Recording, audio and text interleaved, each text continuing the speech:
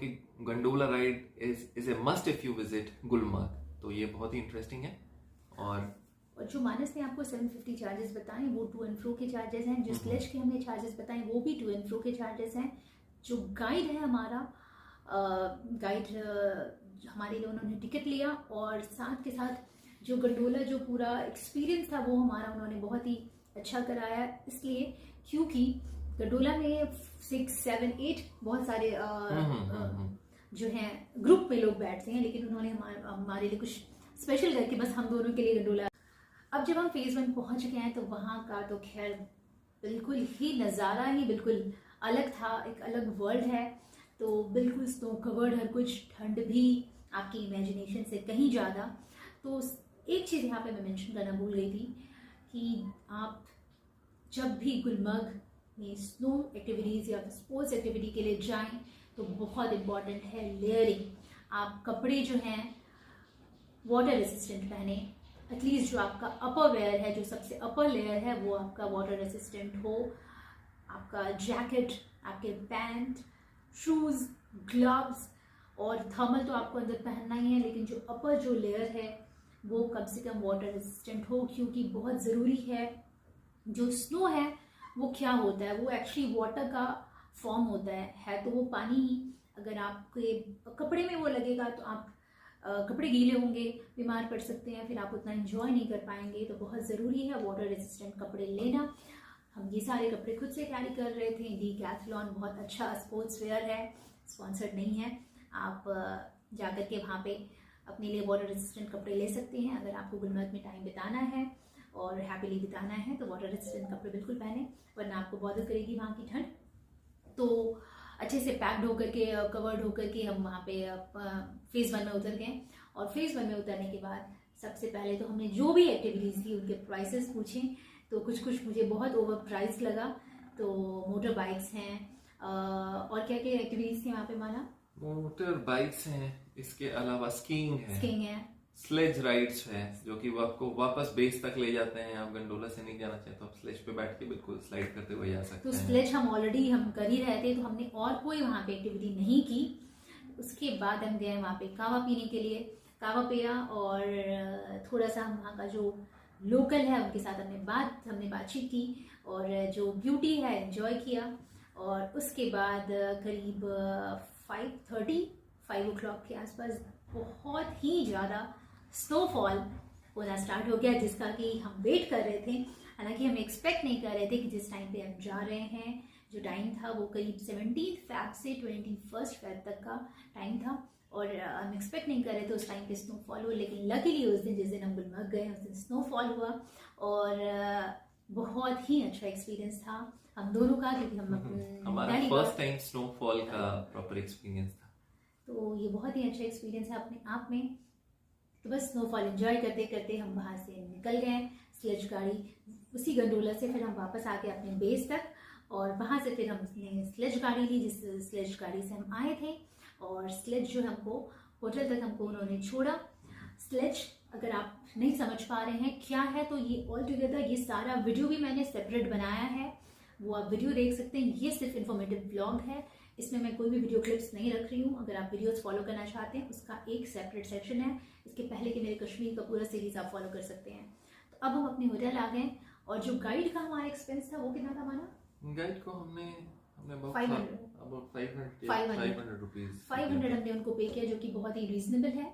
इसमें उन्होंने हमारे टिकट्स बुक किए, हमारे लिए गंडोला में हमारे लिए बहुत अच्छा अरेंजमेंट उन्होंने किया, और थ्रू आउट वो हमारे साथ ही सारी चीज़ों में हेल्प कर रहे थे। इनफैक्ट हमारे जो पिक्चर्स और वीडियोस आप इंस्टाग्राम पे देखेंगे वो सारे उन्होंने लिए। तो वाई नॉट, बहुत अच्छा डील है कि आपको लोकल फोटोग्राफर भी कैरी करने की ज़रूरत नहीं है, वो पिक्चर्स भी आपके ले रहे हैं। तो एक गाइड। अब अपने होटल पहुंच गए, और होटल पहुंचने के बाद जो ठंड थी वो बहुत ही ज़्यादा, क्योंकि स्नोफॉल स्टार्ट हो गई थी 5:30 तक। और बहुत ज़रूरी है ऐसे में, अगर आप स्पेशली गुलमर्ग, क्योंकि श्रीनगर में उतनी ठंड नहीं है, पहलगाम में भी उतनी ठंड नहीं है, लेकिन गुलमर्ग में माइनस में टेम्परेचर रहता है, -7। जिस दिन हम रुके थे वहाँ -7 टेम्परेचर था। तो जो आप होटल चूज़ कर रहे हो वो सेंट्रली हीटेड हो, दिस इज़ वेरी इंपॉर्टेंट। तो जो आपका ट्रैवल एजेंट है उससे आप बात करें। बिल्कुल बिल्कुल।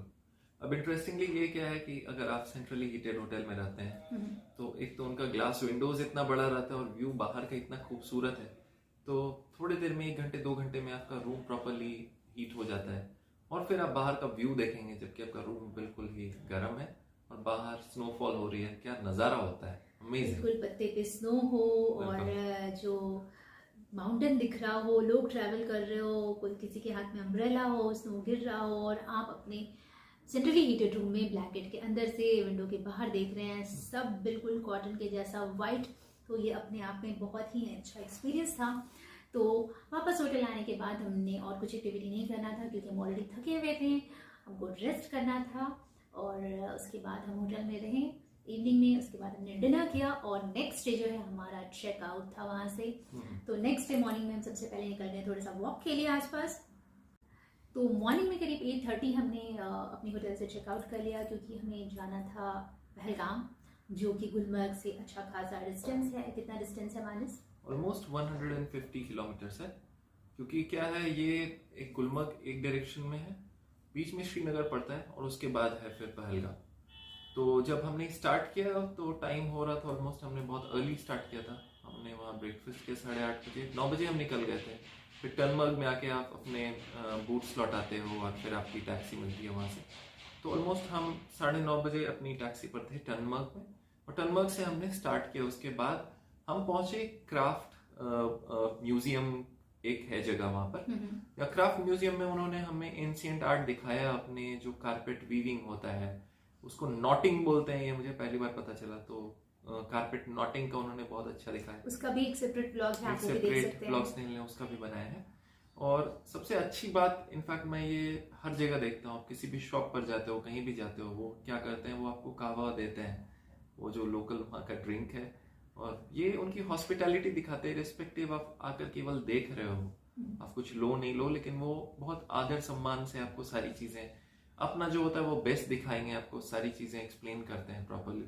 आप अगर लेना चाहें कुछ तो बिल्कुल आप वहां से बेशक लीजिए, और ये बेस्ट क्वालिटी चीजें हैं, अगर ये ऐसा बोल रहे हैं तो ये आपको बिल्कुल दिखेगा भी उनके सामान में। लेकिन फिर उसके बाद हमने सारी चीजें देखी, कवर की, और हम वहां से निकल गए। तो फिर श्रीनगर आता है, श्रीनगर में आप बाईपास से ही आप क्रॉस कर जाएंगे और निकल जाएंगे टुवर्ड्स पहलगाम। पहलगाम जाने के पहले आपको सारे वही सेम हाईवे है जो पुलवामा वाला हाईवे है, वो आप सिमिलरली आपको ऑन द वे सारा सैफरन का खेत दिखेगा, एलमंड्स के बहुत सारे पेड़ दिखेंगे, तो वो भी अपने आप में बहुत अच्छा व्यू है। लेकिन विंटर में वो उतना खास आपको नहीं दिखेगा। अगर आप समर में श्रीनगर से पहलगाम ट्रैवल कर रहे हैं तो ये पुलवामा के आसपास जो है एरिया है वो बहुत ही सुंदर है, सारे सैफरन के खेत, बैट्स का जो है पूरा मार्केट, ये सब आपको ऑन द वे में होगा। करेक्ट। और जो गुलमर्ग से लेकर के पहलगाम तक का जो रास्ता है वो करीब 4 आवर्स का है। 4 आवर्स का था ट्रैवल। तो हम एक जगह पहलगाम के ऑलमोस्ट 15 किलोमीटर्स पहले हम एक जगह रुके थे, जहाँ पर हमने एक ढाबा में प्रॉपर खाना खाया, और जहाँ पर स्नेहल को एक बहुत अच्छा इम्पैक्ट हमने एक्सप्लोर किया, वो है एप्पल जूस का। एप्पल वैली था, ABCD है उस आउटलेट का नाम, एनीबडी कैन ड्रिंक। तो वहां पर हमने बिल्कुल एप्पल्स का वो जो रॉ जूस है और बिल्कुल वो पल्पी रहता है, वो हमने ट्राई किया, बहुत ही इनक्रेडिबल, बहुत ही अच्छा था वो। इनफैक्ट जो ये था, जो ढाबा था वो भी बहुत ही अच्छा था, उनका खाना इनफैक्ट आपको बिल्कुल याद दिला देगा इधर दिल्ली के खाना की। तो वो हम खाकर फिर वापस हम आगे निकलते हैं और हम पहुंचते हैं पहलगाम। पहलगाम हमें पहुंचते पहुंचते ऑलमोस्ट 3 बज गए थे। ठीक है, 3 बजे फिर हम पहलगाम जाते हैं, हम चेक इन करते हैं होटल में, और फिर हमने थोड़ा रिफ्रेशमेंट लिया, टी, और उसके बाद थोड़े बिस्किट्स खाए हमने, और फिर हमने आसपास का एरिया एक्सप्लोर करना शुरू किया। जो पहलगाम में भी हमारा होटल जहाँ पे था वो भी पास का एरिया बहुत ही सुंदर था। एक क्या कहते हैं उसको, जिसपे मैंने फोटोग्राफी की थी, वो है ब्रिज, हाँ, सस्पेंशन ब्रिज। और रिवर का क्या नाम था? रिवर का नाम लिटर रिवर। तो लिटर रिवर के बैंक पे ही जो है हमारा वो था, स्टे हमारा था, है ना। और सस्पेंशन ब्रिज था वहाँ पे। ऑलरेडी हम 3:30 और 3 o'clock के आसपास जो हम पहलगाम पहुंचे, तो हमारे पास उतना टाइम नहीं था कि हम उस दिन और भी कहीं जाकर के लोकल साइट सीइंग करें। तो जो हमारे होटल के आसपास का एरिया था हमने उसको ही एक्सप्लोर किया। सबसे पहले हम सस्पेंशन ब्रिज चले गए, फिर हम लिटर रिवर चले गए, और तब तक इवनिंग हो चुका था। फिर हम होटल वापस आ गए, हमने डिनर किया और नेक्स्ट डे का जो हमारा प्लान था वो हमारा नेक्स्ट डे का प्लान क्या क्या था मानस? नेक्स्ट डे का प्लान था पहलगाम एक्सप्लोर करने का। तो पहलगाम एक्सप्लोर करने के लिए हम सुबह निकल गए थे, हमने ब्रेकफास्ट किया और हम लोग 9 बजे निकल गए थे। 9 बजे हम होटल से निकलते थे और तो जो हमारे ड्राइवर भाई हैं आदिल भाई, उन्होंने हमें टैक्सी स्टैंड तक छोड़ा पहलगाम में लोकल साइट सीइंग के लिए। और जो लोकल साइट सीइंग आपको करनी है उसके लिए जो आपके पैकेज में गाड़ी है इंक्लूडेड, आप उसको लेकर के नहीं जा सकते हैं। वहाँ पे आपको अलग से गाड़ी हायर करनी पड़ेगी अगर आप गाड़ी से ट्रैवल करना चाहते हैं, देखना चाहते हैं तो। वरना अगर आप पोनी राइड जो कि हॉर्स राइड है वो लेना चाहते हैं तो उसके भी एडिशनल चार्जेस हैं। तो हमने सबसे पहले टैक्सी स्टैंड गए और वहाँ पे हमने सारा रेट, जो भी रेट्स वहाँ पे लिखे हुए रहते हैं, हम सबको हमने देखा, स्टडी किया। तो जो पोनी राइड है वो आपको बहुत सारे डिफरेंट जो लोकल साइट सीइंग है वो कवर कराते हैं, जिसमें मिनी स्विट्जरलैंड और भी जो लेक हैं और सुंदर सुंदर व्यूज़ हैं वो सारे कवर करते हैं। और एक ऑल टुगेदर उसका पैकेज था 5500 रुपीज़ का पर हेड पोनी राइड का, और टाइम करीब 3-4 घंटे उसमें लगते हैं। तो हमें थोड़ा सा वो एक्सपेंसिव लगा तो हमने उसको स्किप कर दिया। उसके बदले हमने लिया एक गाड़ी हमने हायर की और हम चले गए चंदनवाड़ी और बेताब वैली, जो कि जो हमारा टैक्सी स्टैंड है वहाँ से हार्डली हाफ एन आवर का डिस्टेंस था। बेताब वैली और चंदनवाड़ी का नाम आना। करेक्ट। तो चंदनवाड़ी बेसिकली वही जगह है जहाँ से अमरनाथ यात्रा का बेस कैंप स्टार्ट होता है। बहुत ही खूबसूरत नजर। टैक्सी लेकर हम आगे बढ़ते हैं चंदनवाड़ी की तरफ और पहलगाम में बेताब वैली, ये 2 चीजें हमें कवर करनी थी। इन दोनों प्लेसेस का उन्होंने हमसे 1000 रुपीज चार्ज किया टैक्सी ने। तो सबसे पहले हम आते हैं चंदनवाड़ी। चंदनवाड़ी जो है जगह, वहां पर अमरनाथ का बेस कैंप है। बेस्ट व्यू आपको मिलेगी। लिटर नदी जो नीचे बहती रहती है उस पर सनरेज गिरता है, वो बिल्कुल वॉयलेट कलर का बिल्कुल दिखता है और बहुत ही सुंदर है वो व्यू। और वहां पर आप बिल्कुल नज़ारा लीजिए और अपनी बेस्ट फोटोग्राफ्स आप वहां पर ले सकते हैं। और वहां के बाद हम वहां से निकल गए। चंदनवाड़ी में भी एक्चुअली स्लेज राइड है, अगर आपको स्लेज राइड करनी हो तो हमने चंदनवाड़ी में हम पैदल हमने चलना प्रेफर किया, तो हमने स्लेज नहीं लिया। लेकिन बहुत सारे लोग वहाँ पे भी आगे तक पहुँच जाकर के स्लेज का आनंद लेते हुए आ रहे थे, तो हमने स्लेज नहीं लिया, हमने पैदल ही सारा एक्सप्लोर किया चंदनवाड़ी में। चंदनवाड़ी बहुत ही सुंदर है। आप अगर जाते हैं बेताब वैली, आरू वैली, तो चंदनवाड़ी भी स्किप ना करें, भी जाएं। तो सबसे पहले हम चंदनवाड़ी गए, उसके बाद हम गए बेताब वैली। और बेताब वैली जब पहुंचते हैं, बेताब वैली का नाम बेताब मूवी की शूटिंग से हुआ है। वो बिल्कुल आज भी एग्जैक्टली वैसे ही है और इतना खूबसूरत है कि मैं क्या बताऊं। पहलगाम जाना हमारा वर्थ हो गया। हम बेताब वैली पहुंचे तो पूरा वैली जो है वो कम्प्लीटली स्नो से फिल्ड है। और दूसरा है कि एक पैसेज बना हुआ है जहाँ से आप जा सकते हैं। एक ब्रिज है बहुत खूबसूरत सा, जो कि आपको नदी क्रॉस करने देता है। वहां पर आप जाकर नदी क्रॉस कीजिए और चारों तरफ आपको पाइन ट्रीज मिलेंगे, वॉलनट ट्रीज मिलेंगे, जो कि उसके नीचे आप फोटोज बहुत ही अच्छे खींच सकते हो। और उसके जस्ट नीचे हमने वहां पर ऑलमोस्ट 20-25 मिनट टाइम स्पेंड किया और वहां से फिर हमने वापस आने का प्लान किया। फिर हम वहां से वापस आते हैं और वापस आकर हम उसी पोनी स्टैंड पर हमने टैक्सी ड्राइवर ने छोड़ा जहां पर हमारे टैक्सी ड्राइवर थे। तो ये जो टैक्सी ड्राइवर हैं ये हमसे इन्होंने 1000 रुपीज टू एंड फ्रो का चार्ज किया, जो कि मुझे बहुत ही सेंसिबल और रीजनेबल लगा in comparison to pony ride करना। थोड़ा सा टाइम भी हमारा सेव किया। और टुगेदर जो है हमारा चंदनवाड़ी और बेताब वैली ये मिला करके 1.5 घंटे में हमने सारा कवर कर लिया। जो टैक्सी के थ्रू आप जाएंगे इनका भी वेटिंग टाइम करीब होता है 1 आवर टू एक आधे 45 मिनट टू 1 घंटा का टाइम। इससे ज़्यादा अगर आप टाइम देते हैं तो आपको उनको एक्स्ट्रा पे करना पड़ेगा। लेकिन हम इससे पहले हम आ गए थे, तो ये दोनों जगह अगर आप जाते हैं तो बिल्कुल स्किप ना करें। बेताब वैली तो खैर बहुत ही सुंदर है जैसा मानस ने बताया और आपने हमारे पिक्चर्स में देखा होगा, तो बेताब वैली इज़ अ मस्ट। तो इसके बाद हम अपने टैक्सी स्टैंड आ जाते हैं जहाँ की हमारे ड्राइवर भाई आदिल भाई हमारा वेट करते हैं। और उसके बाद फिर हम निकल जाते हैं वापस श्रीनगर की तरफ। फिर वहां से श्रीनगर आने में हमें ऑलमोस्ट 4 घंटे लगते हैं। बीच में हम फिर से उस जूस के लिए रुकते हैं, जिस ढाबा पे हम खाना खाते हैं, और वापस हम आते हैं। वापस आते आते हमें ऑलमोस्ट बज गए थे शाम के 5:30। 5:30 बजे हम वापस पहुंच जाते हैं अपने होटल श्रीनगर में, हेरिटेज होटल में। और फिर वहां पर हमने रिलैक्स किया, लेकिन रिलैक्स करने से पहले हमने सोचा कि क्यों नहीं, लास्ट दिन है, हम एक बार श्रीनगर को थोड़ा और देखते हैं। और कुछ चीजें भी हमें लेनी थी, जैसे कि हम सोच रहे थे अगर कश्मीर आया तो यहाँ की कुछ खासियत है ये हम लेकर जाते हैं अपने साथ। तो हमने वहां से लाल चौक जाने का डिसाइड किया। लाल चौक उस दिन संडे होने की वजह से बंद था, तो आसपास में हमने एक कौन सा एरिया, राजबाग एरिया है। राजबाग एरिया में आपको ड्राई फ्रूट्स के, आपके सुवीनियर्स के आपको शॉप मिल जाएंगे।